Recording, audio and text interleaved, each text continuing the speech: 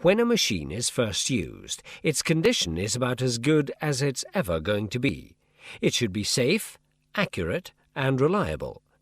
This is the condition in which it should ideally be kept for the remainder of its life.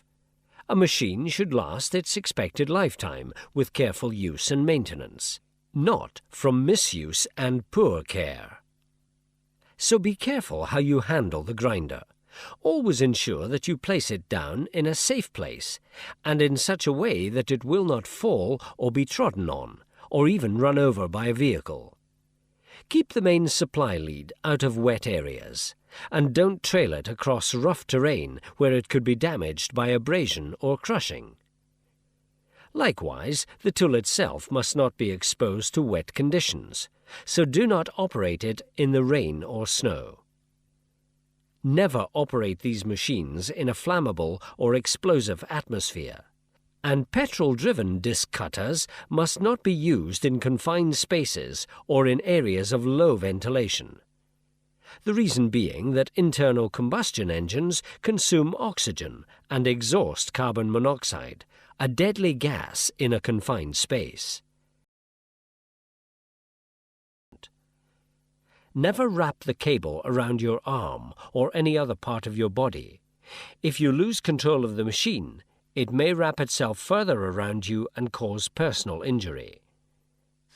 A rotating grinder should not be placed down until the wheel has stopped rotating, and then either place it in a special holding cradle or on its back where it has rest position points. Never stop a wheel by force.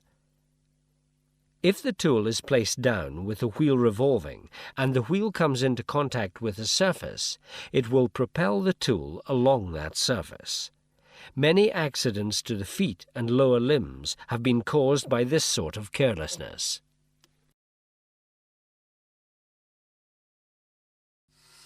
When applying the grinding wheel or cutting disc to this material, it will create dust, and in this form it is known as respirable crystalline silica, or RCS.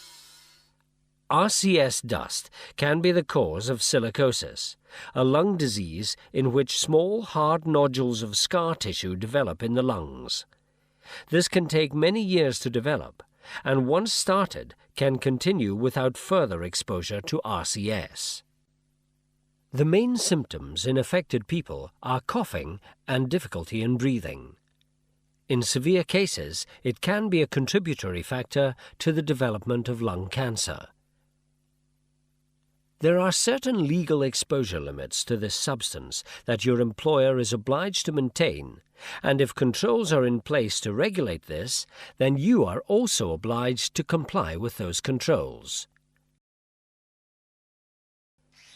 The dangers of a wheel rotating at speed have already been discussed. You should therefore protect your hands and eliminate the exposure of loose clothing when using this machine. Wear appropriate industrial quality gloves to protect your hands from the heat and debris near the wheel. Also, these gloves have wrist covers in which you can cover your sleeve cuffs to avoid entanglement. Your eyes and ears will also need protection, not only if you are the user, but also anyone else who may be in close proximity to the various forms of hazard being created.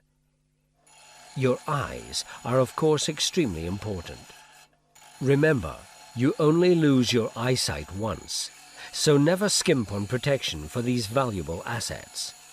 When grinding, use safety glasses or goggles to appropriate EN standards, with dust protection if exposure to dust is a problem.